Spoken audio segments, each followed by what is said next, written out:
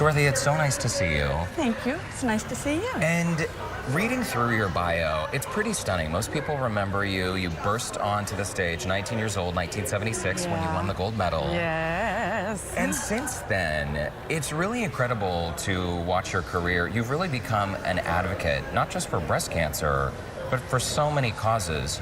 Yes. What drives that?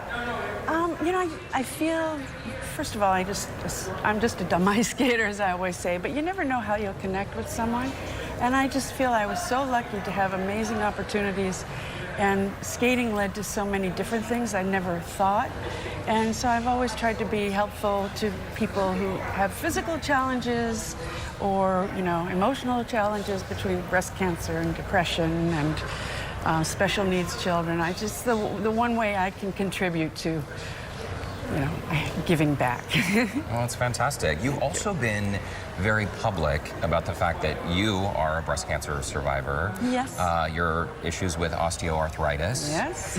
Was there ever a time when you felt a little exposed going so public with such personal things? Not so much, because I do think it's important for people to be aware that everything can look rosy and, wonderful and fame and all of that and notoriety. But I think it's comforting to know that someone else is struggling with things, real life problems. So, I never really felt exposed. I just feel like it's a duty. I owe it to, science or, the research for breast cancer. I was the beneficiary of the research, so I sort of feel it's an obligation to try and make people aware.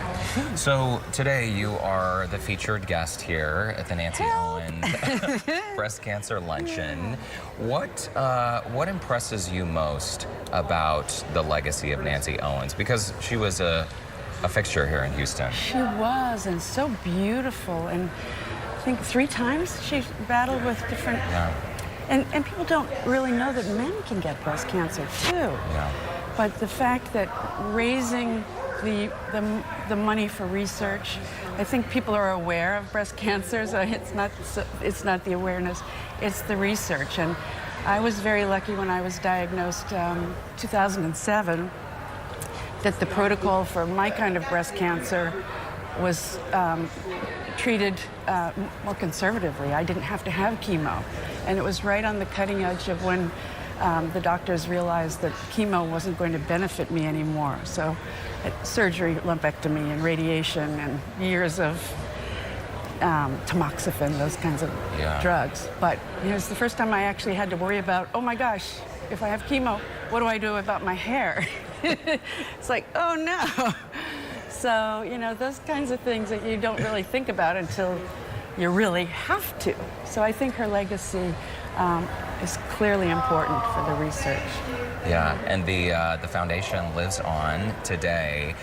As long as you brought it up, I got to ask you about the haircut, because in '76 when you won the gold and then you won the world championship, right after that, were you prepared for your hairstyle to influence a whole generation of hairstyles? No, and I feel as though I need to apologize to people who had their haircut and either didn't work for them or, it wasn't cut well. And I was very lucky that I always had short hair and I hated it, so I tried to get something stylish. So that was the last thing I ever thought would happen. And of course now it's all gray and the texture's like fishing wire, so. You have great hair. Whatever, I have hair, that's all I think. You do. When you look back at your life, and again, I know you were involved with Big Brothers, Big Sisters America, the American Cancer Society, several AIDS foundations. You do so done much. Your homework.